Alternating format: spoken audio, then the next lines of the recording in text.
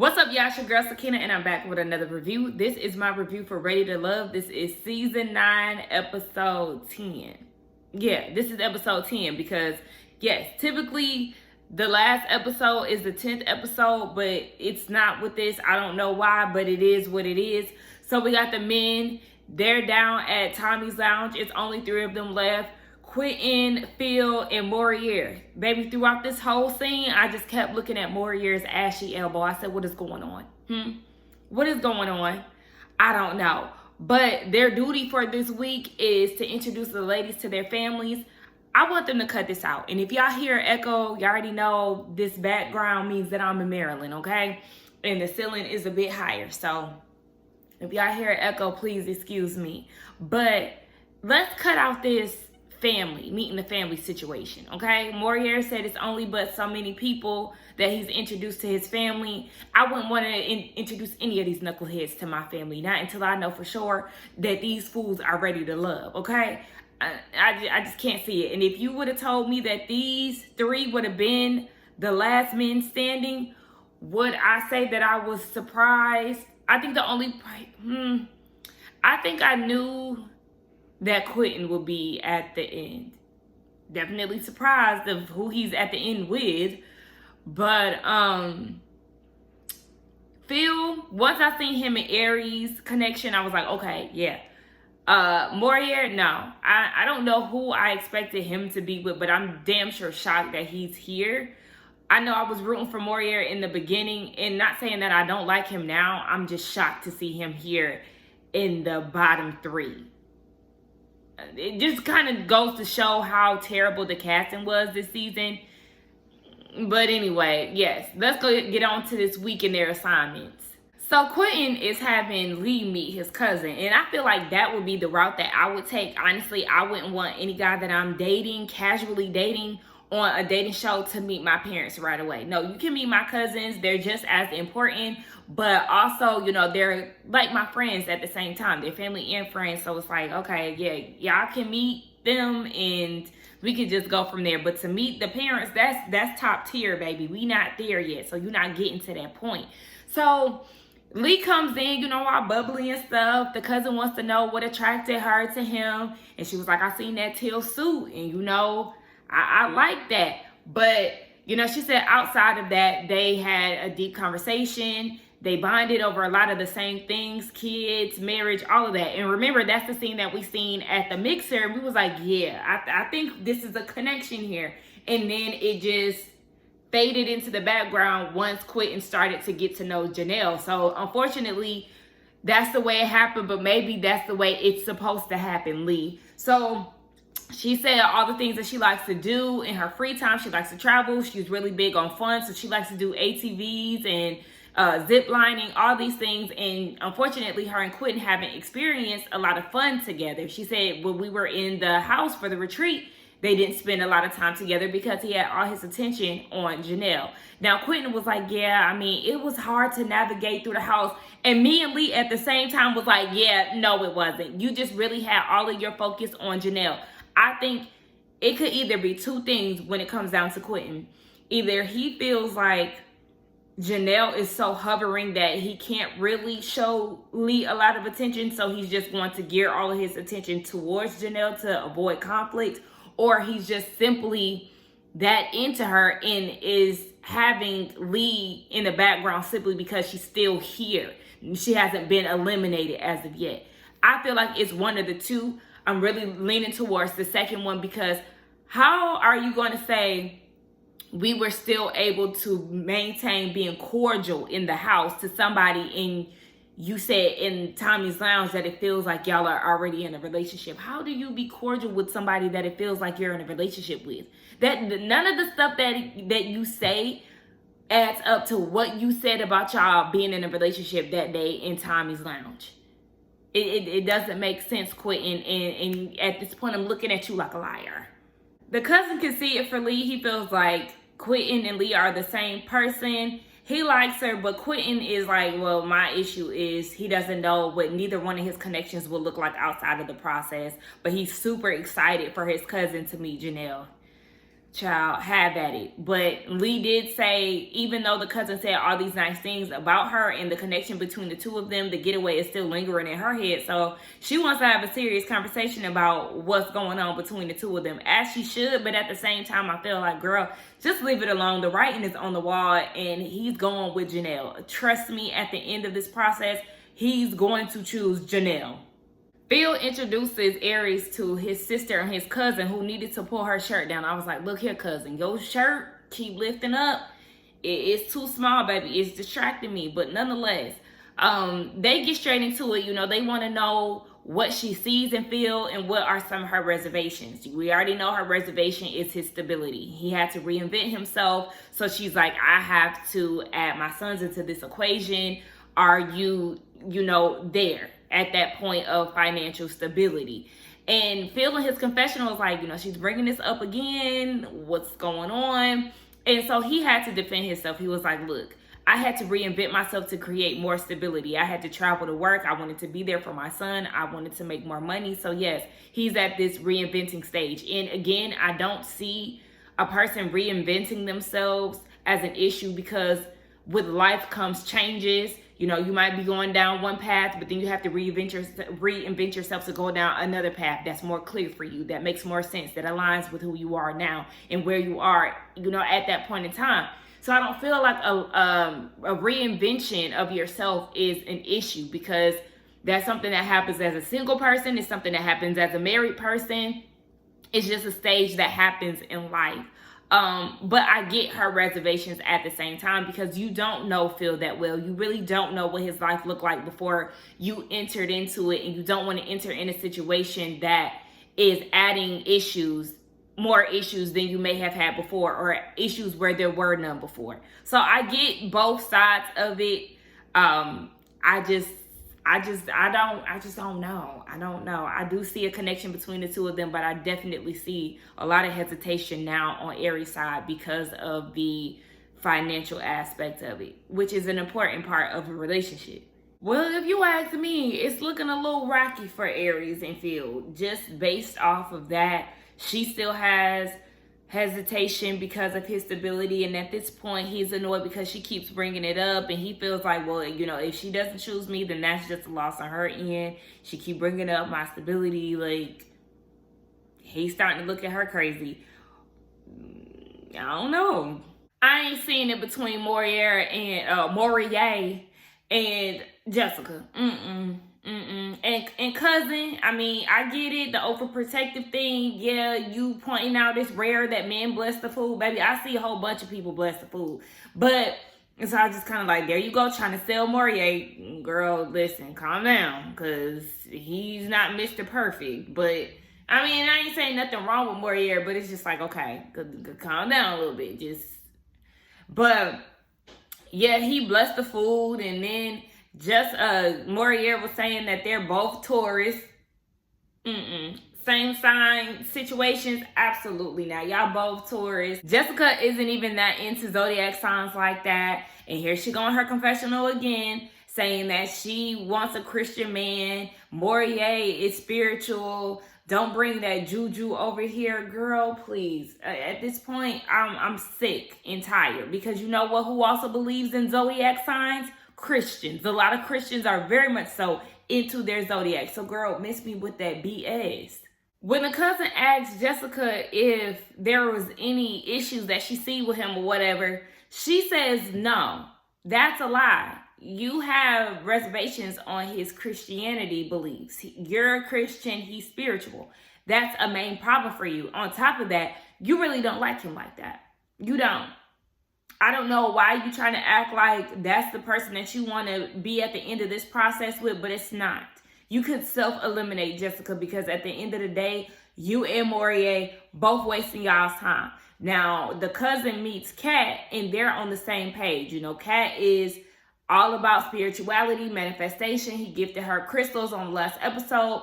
She's down with all of that. As far as having kids, she's okay if she doesn't. She's okay if she does. And Morier is in no rush to have kids, and that's up Kat's alley. Like, it's fine. Now, do I see a strong connection with them? No. Do I see a lot of similarities and like-mindedness? Absolutely. But to the point of seeing them in a relationship? No. Another waste of time. One thing that I do want Kat to stop doing is bringing up the other girls. No, she's not saying Jessica's name, but she's mentioning other connections. Girl, just worry about what's going on right now. Those girls are not here. Let's just leave them where they at, because it's definitely giving off pressed. But the cousin gave a pretty fair assessment about the women. She said that Jessica seems uppity. She's beautiful. She sounds like she got a lot going for herself. But Kat will fit in more with the family. Also, Jessica wants a big family. Morier really isn't in a rush to have kids. So she really is team Kat, but she really didn't have anything negative to say about Jessica. Girl, Jessica don't like your cousin all like that, okay? And neither does Kat. They're just latching on to somebody to get to the end of this process, like I said, which makes absolutely no sense. But now Morier feels like he's in this hard position because he doesn't know which way to go at this point, because his blood, his cousin, I mean, it's your cousin, we know it's your blood, is saying that she's more team Kat than Jessica. So Janelle meets Quentin's cousin, and, you know, they get into it, why she's attracted to him, all that good stuff. I mean, she was talking about he was giving her lovey-dovey eyes. Girl, he was just looking. If that's lovey-dovey eyes, then okay, girl, whatever. So then they talk about the age gap. Yes, she's 41. He's in his early 30s. You know, she wants to be engaged by the end of the year. I don't know if she mentioned that in this setting, but I feel like that's definitely something she should have mentioned to the cousin. And then, yeah, she wants to adopt. She doesn't want to have biological children if it's going to be years down the line, because Quentin is not ready to have kids like yesterday. He wants to take his time, where she wants to have kids right now, or she wants to adopt right now. So if he wants to wait, then if they're going to be together, kids are going to come off the table. And he does want biological children. So that right there says that y'all don't need to be going down this process any further. Once y'all established that, which I'm sure y'all established a long time ago, y'all should have been done with each other. But here we are. The cousin is team Janelle because the natural chemistry between them just is there. And I mean, yes, they do have chemistry, but I just don't understand. I'm just not here for Janelle. And she did say, or the cousin said, that he needs somebody that's soft. I mean, maybe she's soft for her man, but I just feel like she is just an aggressive, nasty person. She does a lot to tear women down. Remember, if we get down to her history of activity with the women throughout this show, she got on Kira for flirting with Red, even went as far as saying that her bag was fake and hers is real. And then the whole tequila thing, even though tequila is crazy, y'all still was going at it. And then on top of that, you act like you was gonna fight Kat. I mean, not fight Kat, but you was real aggressive with Kat. It's just always something with Janelle in her attitude. And to me, that would be a turnoff. How you treat other people is just as important as how you treat me. So I don't really understand the connection between the two of them. But guess what? It ain't for me to understand, child, because both of them can go on about their business. Phil and Aries, they go on a solo date. And I'm just kind of like, what was the point of this date? Because I feel like they got nowhere. Aries is asking him, what does he need in a partner? He said, fun. He wants depth. He likes to go to comedy shows and all of this. He wants this really fun relationship with anybody he's into. And she was like, well, I'm the opposite. I have my friends for all of that. I need loyalty, security in her past relationships. You know, she didn't have those things. And, of course, the triggering word for him is security, because you're bringing it up again for a third time. But Aries, I think you need to stop giving like this blanketed statement and say exactly what you need from him.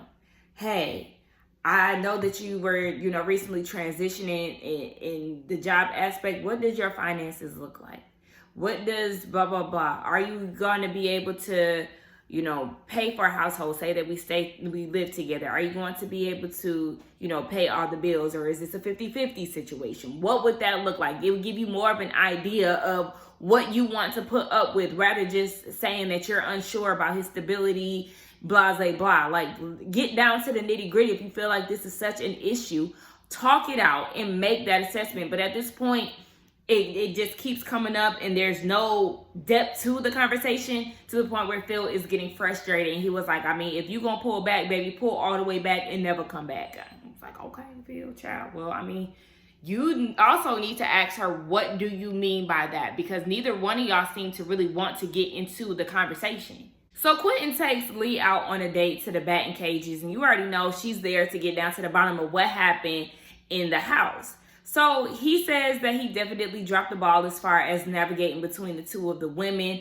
but he did say that he has more of a physical relationship or connection with Janelle. Now, what does that mean?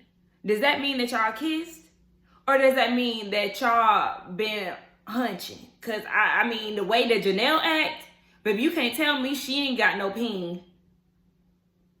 So did y'all go to Pound Town or not? Because you might need to let Lee know so she can really skip town on y'all. Because I feel like she should have been did that. But since she's still here, girl, you need to ask him, what does that mean? What does that physical connection that y'all have? What do you mean by that? Y'all kissed or y'all fucking? Which one is it? But yeah, she said that he basically acted in a manner as if he was in a relationship in that house, and she has to take that in consideration because the person that she wants to be with, she wants them to be considerate. Like, do you even care for her? Because you're not even thinking about her in this house. But like I said, this is all the proof that you need, sister. Just go about your business.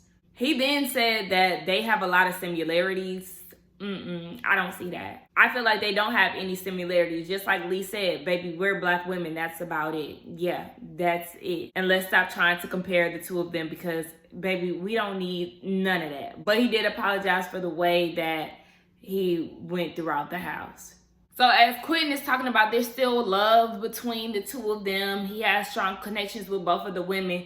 Leah's like, baby, you're frustrating me. At this point, she's not really buying the fact that he's torn. Baby, you already know where you at. She said it's too late for her to make new connections in this process. Girl, you ain't got to choose from any damn way. And I feel like you never did. The connection that you had with Quentin, yes, that was something. But outside of that, I didn't see a match with anyone else in the household. So, baby, I feel like she's going to self-eliminate, and I really hope that she does. By the way, did y'all see that they have a new Ready to Love coming out, a new spinoff with previous women of the show in New Orleans, and at the end of it, they're going to make a decision on whether or not they want to move for love. Move for love. I don't know these fools.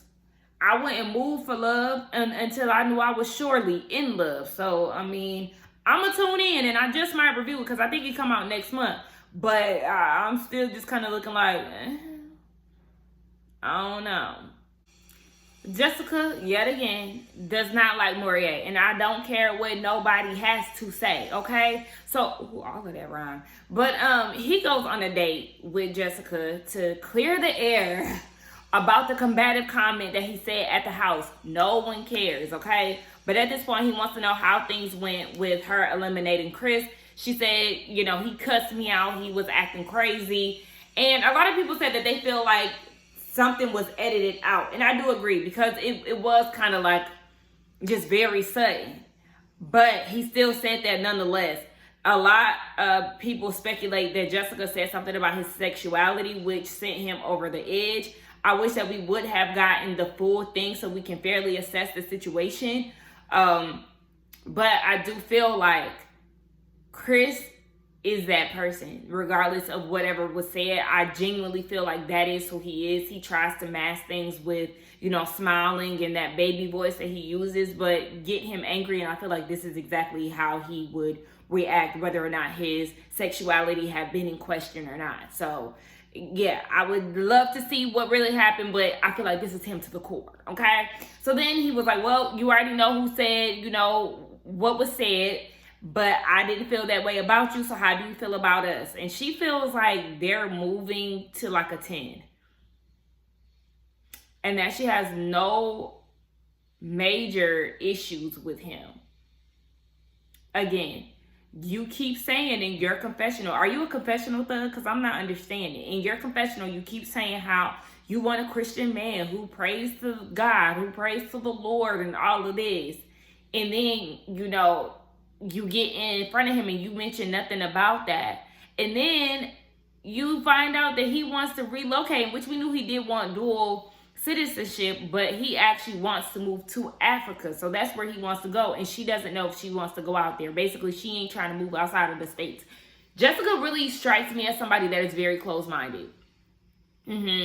Just one of those Southern Christian women who just is shut off to anything outside of her thoughts and, you know, the Christian way and all of that. She gives me that, and people like that I really can't stand. Now, I did go up for Jessica earlier on in the season, but just, you know, with time, it tells everything. And I just kind of feel like I really don't vibe with her that much. I feel like she is a beautiful woman, absolutely, but really, I just don't see it for her. She definitely is stank.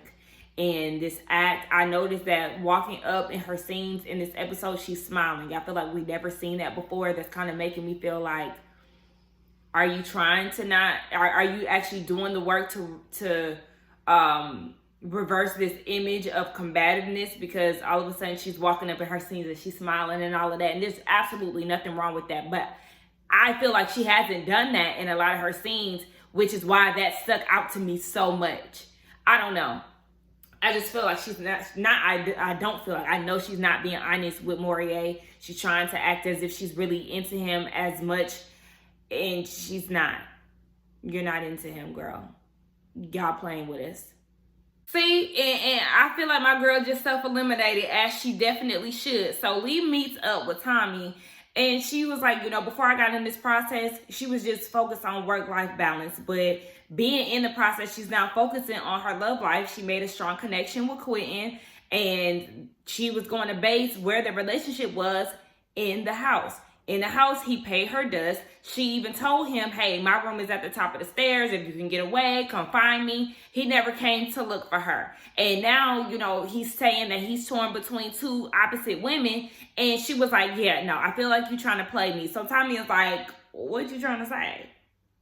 And then we get over to the men at Tommy's lounge. And I feel like he's going to announce that she's self-eliminated. And if she did that, then I'm absolutely proud for her. But let's stay tuned and see what goes on. So now we're down at the lounge, and Phil is talking about how the family liked Aries as a businesswoman or whatever. He took her on the solo date, and stability came up. And Tommy is like financial ability. I said ability. Financial stability. And Phil is like, I guess. But he's basically more so focused on having fun. But see, that's my issue with you, Phil. Because at this point, it is kind of giving, do you have a job, Tommy? Because what is this? You're not really saying what you do. And I think he did say on the Meet the Ex thing. But it is kind of like the way that he responds to it and he's getting irritated by it. It's now making me question, okay, do you have a job? Do you have steady income? Like I said, I feel both of them, but I will understand where Aries is coming from. If you're in a place of being in between jobs, yeah. Do you have a job? Yes or no?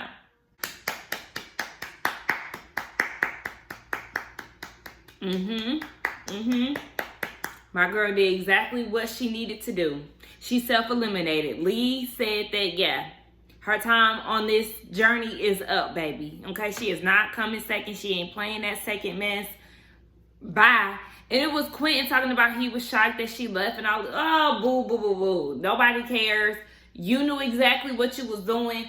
To me, I feel like he was being a coward and not being honest about what direction he was clearly taking. I honestly felt like Lee should have done this in the beginning. Not necessarily in the beginning, but once she's seen that all of his attention was really geared towards Janelle, baby, you should have been like, you know what? I'm out of here. Because that little play mess that you was doing with Chris, girl, it was going nowhere. So hopefully by reunion, my girl got her a good man, okay? And it ain't thinking about quitting.